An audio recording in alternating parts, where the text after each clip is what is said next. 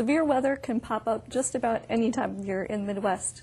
Sabit Abbasi from the DuPage County Office of Homeland Security and Emergency Management is going to share some tips about severe weather and how we can all be prepared. Thanks for being here. Thank you for having me. Now, your office does a lot about emergency preparedness. Severe weather is not just limited to one time of year. The traditional severe weather season can stretch kind of long in our area. Absolutely. You know, we with the severe weather, we start preparing people ahead of time so that the entire, typically they say the severe weather season lasts from April to July. However, it can happen at any time. You know, you may recall the tornado outbreak that happened in southern Illinois during November, and that was in November, and it was one of the deadliest and costliest in Illinois history. And again, it can happen in the middle of the night, it can happen during the day, any time. You know, there could be tornadoes in January. So that's something, we encourage people to be prepared for it at all times. Now, what are some of the first steps that you think people should take so they can just be basically prepared for whatever kind of weather? One of the things that everybody can do is assemble an emergency supply kit. Basically, that emergency supply kit will help you to have the right items you need. So no matter what the emergencies, whether it's a tornado, whether it's a flash flooding, or a different kind of a storm, you have those items with you. And it could be as simple as having extra food, water, a flashlight with extra batteries, a weather radio. And there are different weather radios that we could talk about, but make sure you have that. A cell phone charger. I know a lot of people rely on cell phones, but if there's no cell phone charger, then your phone's battery is going to die. So making sure you have an extra cell phone charger. I know nowadays they have, you can purchase those battery packs. These are these little battery packs, that add additional power. So if you do lose electricity, you have this battery pack that you can plug into your phone and charge your phone. So things of that nature. Having that supply kit will help you in case you can't go to the store, or in case you can't go to a restaurant or someplace to get food, and even medications. So for example, if you have a prescription medication for diabetes or something, making sure you have enough of that so if you are unable to go to the pharmacy for whatever reason, you have that with you. Okay, now you talked about a weather radio. For someone who's never heard of a specific radio for weather, can you explain what that is? Sure. There are different types of weather radios. Some of them you could keep it in your emergency supply kit and take it with you. And there are other ones that we recommend everyone, not only a resident, but also businesses, schools, offices, they have this with them. That one, that particular one is the one that plugs into the wall outlet, and it runs on our battery backup.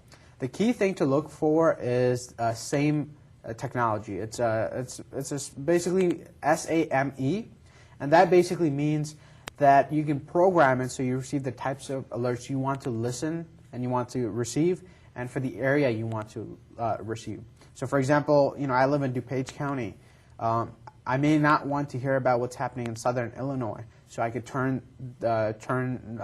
those counties off and then select the counties in this area, select the warnings in this area that I want to receive.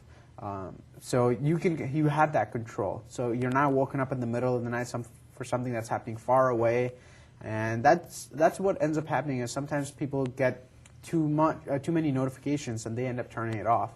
We don't want people to do that. We want them to be able to make sure that they can program the radio and have it running on a battery backup in case the power goes out. Now the other one I mentioned is the portable one. In case you have to evacuate or if you have to go somewhere, they have little, small ones where they're hand cranked that you can use. Now, what types of alerts are people going to hear? Now, you could get amber alerts. Even though it's called a weather radio, you can get different types of alerts. You can get amber alerts. You can get tornado warnings, severe thunderstorm warnings, flash floods, as well as if there's evacuation that's going to happen in that area. Our office and other agencies are able to broadcast on that also. So besides it providing you information about the weather, you get other types of alerts also. Generally, who's issuing those alerts? Now, the National Weather Service is our official partner, and they typically will issue the weather alerts that go on there. Okay, so it's not just community alerts or, you're not going to get... You're not going to get, oh, here's a bake sale that's happening. Right. It's important alerts regarding weather and emergencies that you will get on that. But that's something that you could have in your home plugged in, so mostly you won't be getting anything only if there's severe weather. Exactly, only when there's severe weather. Now there are different types where you could set it to where you get the tone, or I personally like the one that has the voice. So if I've got the radio in the kitchen and I'm in the living room watching TV or something and this thing goes off, then it will read it out and actually tell me what the warning is. So there's a severe thunderstorm warning approaching for the following counties. And so I like the voice feature rather than just the tone. Now, can you explain, if you watch the news, if you read the paper, see online a warning versus a watch? If there's a tornado warning, tornado watch, or a severe, what's the difference between those two? Absolutely. Now, as you mentioned, there's a watch and there's a warning. Now, watch means that there's severe storm is approaching. And it could cover a wide area, and it could last a while for longer hours. Now, warning typically means that it's, for example, a tornado has been spotted by a train spotter or someone else, and that it's seen and it's in that area.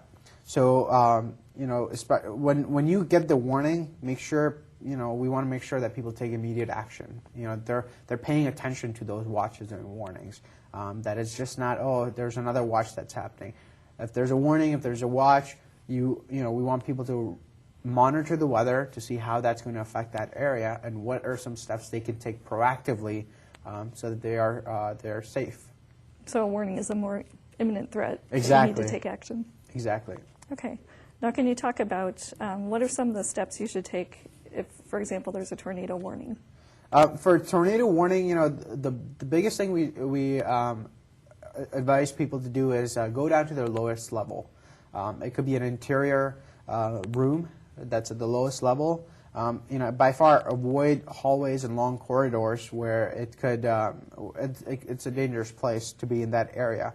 But again, lowest floor, interior of the building. Now, keep in mind, depending on where you are, whether you're going to a grocery store for shopping or whether you're going to school or something, be aware of those areas. One of the key things to do is just identify those locations. So in case something does happen, you know exactly where you need to go. Okay. Now, how about with lightning? What preparedness actions should you be aware of or know to take if there's lightning? Lightning strikes at the tallest object. So if you are outside, absolutely go inside, go indoors, and then there's a misnomer that if you stay in the car, you're going to get struck by lightning and it will hurt you.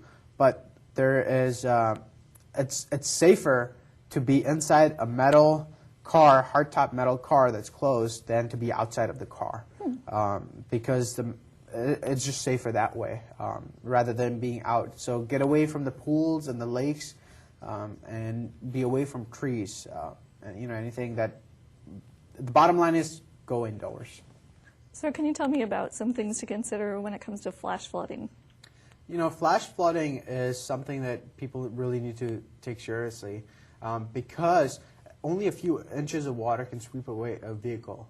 So that's quite dangerous. You may think, oh, it's only a few inches, nothing's going to happen, you could drive right through it. But if it's a flowing water, it could sweep up an SUV.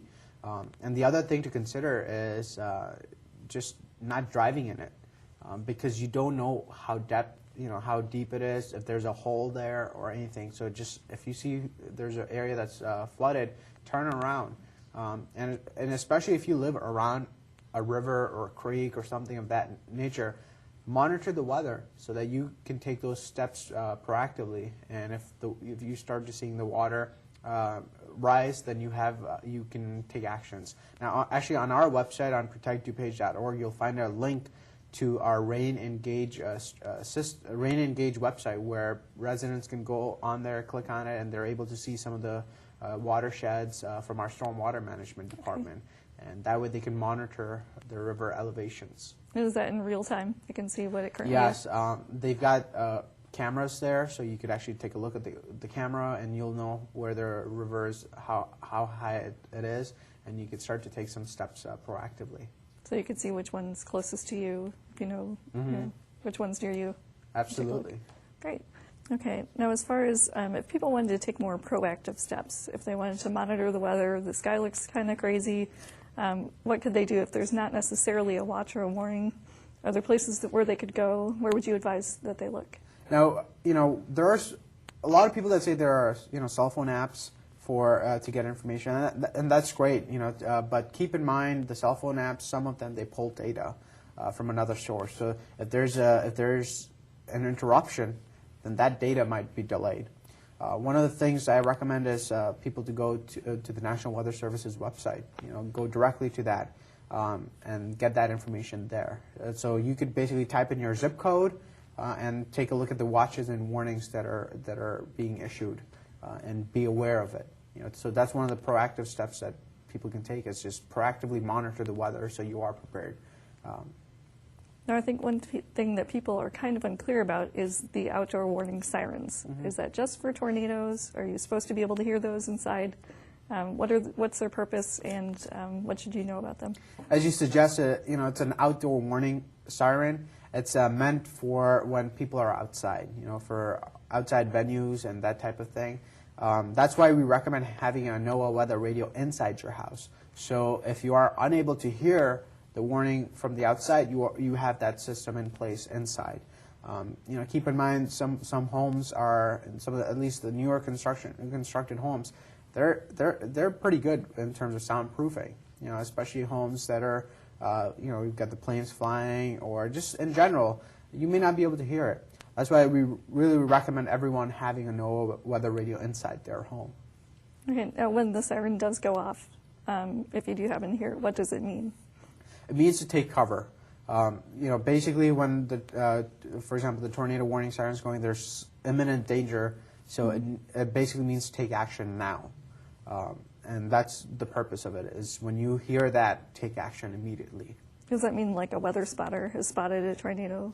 It could be different things. You know, it could be a weather spotter, trained spotter who spotted it. It could be a National Weather Service who looked at it. You know, they're trained. They're great at what they do. They're trained officials, and it could be something that they've seen and they've issued it. So it could come from different sources. Is there anything else, you know, we've kind of gone over the basics for some of the major weather events. Is there anything else you think that people need to be aware of, or some basic preparedness step they need to take? Yeah, you know, people, besides having an emergency supply kit, people need to have a communications plan with their family and friends so that they know that if something were to happen in this area. So if you recall the storms that happened in July 2012 in this area, the cell phone towers were affected, and I could not make a phone call to someone locally. However, I was able to make a phone call out of state to my sister, and I was also able to text I was able to text people and not be able to get a phone call through. So that's the other thing to keep in mind, is understand the technology and understand its limitations. Sometimes it's just better to text.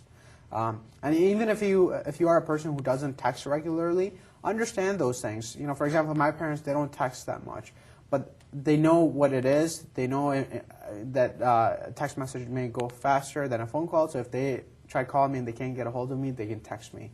So that's one thing. And the other thing I would say is, you know, making sure you have important documents, copies of important documents. You know, it could be like previous year's tax returns.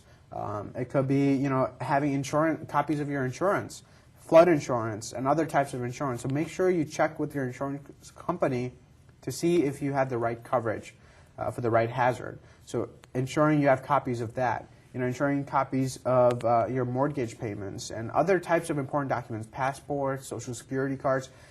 Make sure you have copies of all of that, you know, in a waterproof container, and that way it's in a safe location. So if you were to lose it, you have that there. Is that something you would suggest you put in your emergency kit? Absolutely. Okay. You know, it's important to have your emergency kit secured, but, you know, some people, what they'll do is they'll put it on a flash drive, you know, and they'll save it with that. And, you know, nowadays you could purchase encrypted flash drives. So if you were to lose it, you know, you could obviously, you know, try to protect it. But if you were to lose it, at least it's encrypted. So you can find those encrypted flash drives. Now, a lot of this information you can find on our website, protectdupage.org. you'll find resources there that will basically provide you in terms of like a checklist and other information that you could do. And you could, it'll be a PDF document where you could type it online and then maybe save it on a flash drive, burn it on a DVD, or something of that sort. That's a great idea. Those are some great tips and other ideas for maybe what to put in your kit and how you can make it work for you. Would they also find that on your website? Yes, so we've got, for example, we've got coloring books for children. I know nowadays a lot of kids rely on like iPads and different things to keep themselves entertained. They've got tablets and all of that. But if the power goes out, if the electricity is out, and there's no tablet that's working, well, what are they going to do?